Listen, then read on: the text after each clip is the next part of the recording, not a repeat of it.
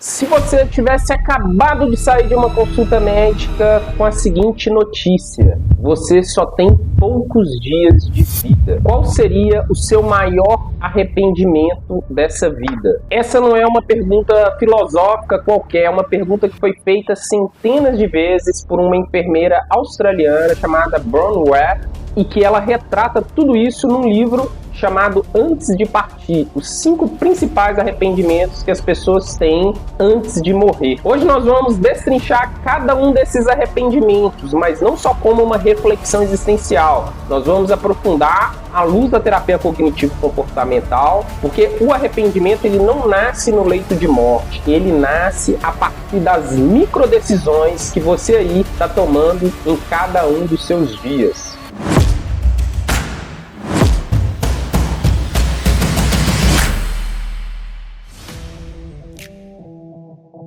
Olá, sejam todos muito bem-vindos a mais um vídeo do canal A Soma de Todos os Dias. Para você que está chegando aí agora e ainda não me conhece, meu nome é Mauro Henrique e aqui nós falamos sobre hábitos, qualidade de vida e saúde mental.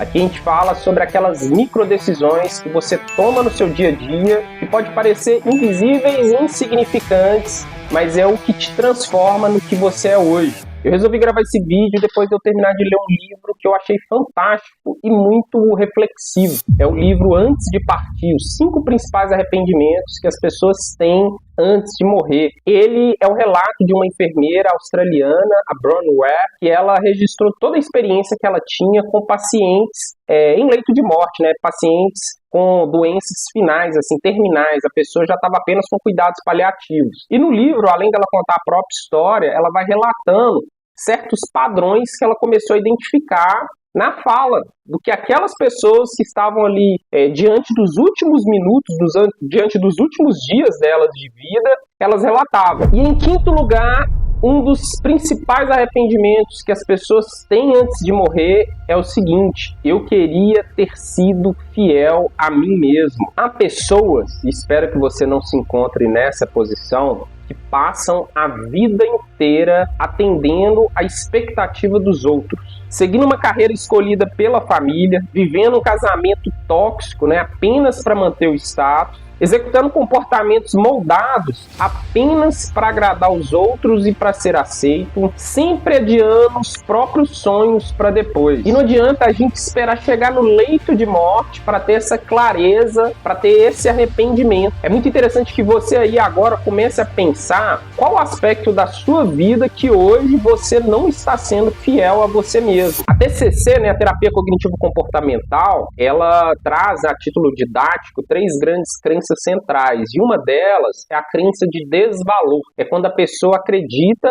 que ela não tem valor suficiente e ela acaba se anulando em detrimento dos outros. A pessoa tem crenças, por exemplo, se eu não agradar, eu vou ser abandonado. Se eu decepcionar a expectativa das pessoas, eu vou deixar de ser amado. Com o tempo, de uma forma não consciente, né, a pessoa ela começa a ser guiada por autorregras que se depreendem dessa crença central, que são autorregras muito rígidas. Ela inicia frases, né, muito comum isso em consultório, falando: eu deveria, eu tenho que, eu não posso decepcionar. A pessoa vive uma vida orientada por esquemas, né, não por valores. É um comportamento que também se mantém por reforço. Numa modelagem, no aprendizado por aproximação sucessivas, o item que o reforça é justamente a aceitação social, o reconhecimento daquela pessoa, porque ela está sendo útil. Quando você se anula em detrimento do outro, você está deixando de seguir com aquilo que você acredita, seguir com aquilo que você deseja,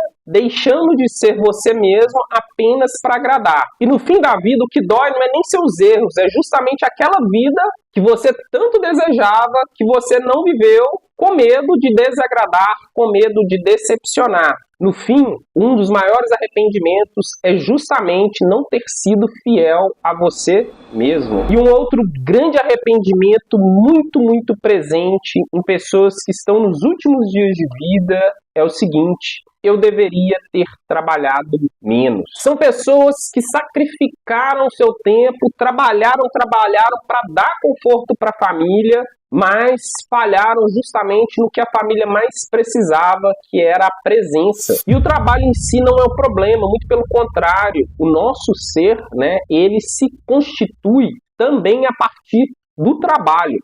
O que se diga na literatura, a centralidade do trabalho na constituição do sujeito. O problema é justamente a forma como você coloca o trabalho na sua vida e qual que é o custo disso, o custo existencial, o quanto você está abrindo mão da sua pequena e curta vida, até porque, se você não sabe, a nossa vida é um sopro. Daqui 100 anos, você e seus familiares já não vão existir mais nesse planeta. E muitas pessoas que chegaram nesse extremo, e aqui que fique claro, a gente está falando muito dos extremos, pessoas que abrem mão de tudo pelo trabalho, né, que abrem mão da vida pelo trabalho, elas viveram baseada na crença de que o valor delas, a identidade delas, adivinha tão somente da quantidade daquilo que ela entregava, daquilo que ela produzia. Ela acabou relegando a família, os filhos, ela acabou relegando aquilo que há de mais raro na vida, que é estar presente. E mais do que isso, é muito importante, numa lógica comportamental, que você entenda que aquilo que não é reforçado entra no processo de extinção. Então, às vezes, as pessoas falam, não, eu perdi minha família de tanto trabalhar. Mas por quê? A pessoa também ela deixa de reforçar ali no dia a dia. Ela deixa de reservar um tempo pelaquela suposta crença de que ela está sendo produtiva, que ela precisa de trabalhar todo o tempo, e ela vai deixando de quê? De estar presente com a família, de estar presente com a esposa, de cuidar de si, cuidar do seu corpo, fazer uma atividade física. Quanto mais você vai relegando a sua vida em detrimento tão somente do trabalho, mais você vai ficando sem ela, e esse é um dos principais arrependimentos em leito de morte. Eu deveria ter trabalhado menos. Uma outra situação que é muito, muito forte, muito comum, é sobre expressar os sentimentos, gente. Sobre colocar para fora aquilo que você sempre quis dizer. Seja um eu te amo para aquela pessoa que você de fato ama muito. Mas a pessoa sabe que eu amo ela, mas você já falou para ela, né? Isso tem uma grande diferença. Ou ainda seja aquela mágoa que você guarda. No livro, né, a Bernie, ela traz diversos exemplos de pessoas que, depois que descobriram que tinham poucos dias de vida, elas se arrependeram de não ter resolvido isso antes. E essa é uma conversa que é muito difícil para muitas pessoas, né? Expressar seus sentimentos, né? E o que geralmente a pessoa faz? Ela acaba se esquivando, né? Aquela evitação experiencial. E isso, de certa forma, é reforçado através de reforço negativo. Ou seja, quando a pessoa ela evita esse tipo de conversa, né? Ela retira esse estímulo aversivo ao qual ela teria que lidar, ela acaba aumentando o comportamento dela de esquiva. Isso ali diminui a ansiedade, mas a pessoa também ela entra num ciclo. Quanto mais ela foge de ter essa conversa, quanto mais ela se esquiva, maior vai se consolidando isso, e isso vira um padrão. Por isso que muitas pessoas vivem uma vida sem ter tido uma conversa que poderia tornar a vida muito mais leve. No fim da vida, as pessoas não se arrependem de terem sido vulneráveis, não se arrependem de terem sido elas mesmas. As pessoas se arrependem de não ter dito determinadas coisas que elas deveriam dizer. Um outro arrependimento muito, muito comum, que aparece justamente quando as pessoas estão ali nos seus últimos dias, é aquela vontade de ter tido mais contato com os amigos. Hoje a gente vive algo muito paradoxal. A gente tem tecnologia, né? A gente tem recurso suficiente para estar muito próximo, inclusive de quem está longe, só que ao mesmo tempo a gente vive uma vida com tantas demandas, né? Com tantas interrupções, com tanto barulho, que a gente esquece às vezes de investir tempo nosso com os nossos amigos, ainda que seja um oi, né? Ainda que seja eventualmente perguntando como que a pessoa está. Tem um viés cognitivo que é popularmente conhecido como desconto do futuro social, que ele diz justamente dessa nossa tendência a valorizar aquilo que é imediato do que aquilo que a gente vai ter muito mais retorno a longo prazo. E as amizades também entram nisso, né? A gente às vezes começa na rotina a valorizar muito mais o trabalho, muito mais questões práticas do dia a dia e preterindo das nossas amizades. E tem diversos estudos, né, que demonstram que o bem-estar social, né, o bem-estar subjetivo, a dita felicidade, ela é intrinsecamente associada à qualidade dos relacionamentos que você mantém. E se você aí tem amigos verdadeiros, não deixe de valorizar eles, não deixe, porque isso pode ser tarde demais. Se você quer também fazer parte de uma comunidade com os mesmos objetivos que o seu, também se inscreva no nosso canal, passe a acompanhar os nossos perfis nas redes sociais e também faça parte deste movimento que foca em ser cada dia um pouquinho melhor. E por fim, um dos arrependimentos mais comuns e mais recorrentes é aquele de que a pessoa pensa que deveria ter se permitido ser mais feliz. E esse é interessante, gente, a sutileza disso, que não é porque a pessoa deixou de tomar uma grande decisão. São pequenas coisinhas, pequenas decisões que a pessoa vai se anulando, que a pessoa vai deixando de fazer, deixando de se permitir e que no final da vida culminam num grande arrependimento. Eu deveria ter me permitido ser mais feliz. Muitas pessoas só percebem no fim que a felicidade não é algo que depende das circunstâncias. É uma escolha que elas adiaram a vida toda. No livro, ela relata pacientes dizendo coisas mais ou menos o seguinte: eu achava que eu precisava resolver tudo isso primeiro para depois eu ser feliz. Eu sempre pensei que depois as coisas iam ficar mais fáceis. Eu não sabia que eu podia ter escolha diferente. Na terapia cognitivo-comportamental, isso também pode ser analisado sobre crenças, né? Crenças rígidas. A pessoa, ela pensa o seguinte: eu só vou relaxar quando eu quitar as minhas dívidas. Eu só vou aproveitar quando eu estiver com o meu corpo ideal. Eu só vou desacelerar quando eu estiver estável profissionalmente. Isso parece ser algo racional, mas na realidade é uma armadilha cognitiva. A pessoa, ela transforma a vida dela numa equação. Por exemplo, quando o X acontecer, então eu vou me permitir fazer isso. Só que o X, ele sempre muda. E a pessoa, ela acaba transformando a vida dela numa vida adiada. Ela não se permite usufruir da vida, ela não se permite estar presente. E quando ela chega no leito de morte, é que ela se depara com essa grande parede. Por que eu não me permiti antes?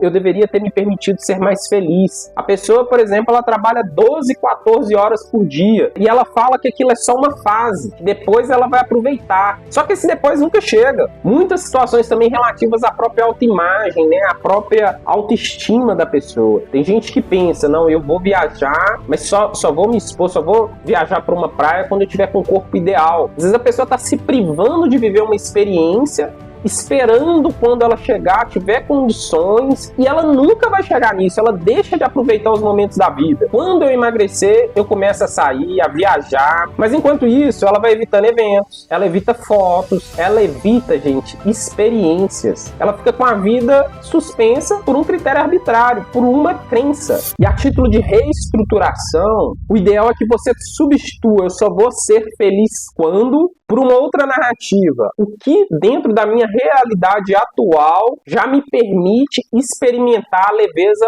hoje, ainda que de forma pequena, ainda que de forma imperfeita, mas o que eu posso ser feliz hoje? No fim, no leito de morte, ninguém vai se arrepender e falar: nossa, eu me arrependi, eu queria ter respondido mais e-mails, eu queria ter trabalhado mais, eu queria ter comprado mais coisas para mostrar para os outros as minhas posses, né, a quem eu sou. Eu queria ter tido mais tempo para ficar fazendo coisas que eu não gosto, só para manter um status, só para manter uma identidade e aceitação das pessoas. Gente, quando você aí estiver num leito de morte, essas com certeza não serão as coisas pelas quais você vai ter arrependido. A consciência da nossa morte, ela organiza a nossa vida, né? Tem um conceito que eu gosto muito, que é um conceito filosófico, mas muito associado aí ao estoicismo, que é o memento mori, que é o lembre-se que você é mortal. A consciência da nossa morte, ela corta o excesso, ela revela pra gente, ela dá clareza pra gente daquilo que de fato é essencial. Ela mostra que muitas coisas que às vezes a gente parece urgente na nossa vida,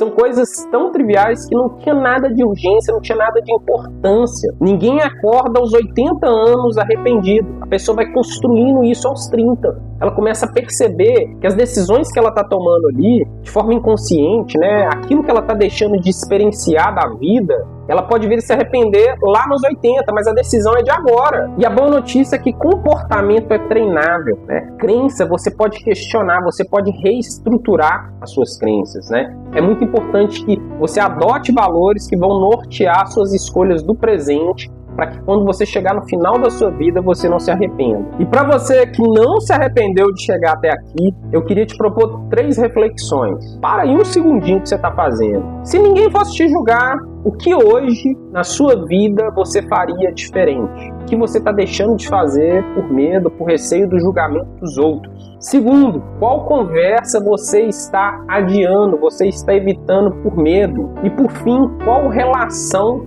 qual amizade você está deixando de nutrir? E essa consciência da morte, ela serve justamente para escancarar para a gente o que é prioridade. Então é muito importante que você viva uma vida alinhada com aquilo que você acredita, alinhada com o seu propósito.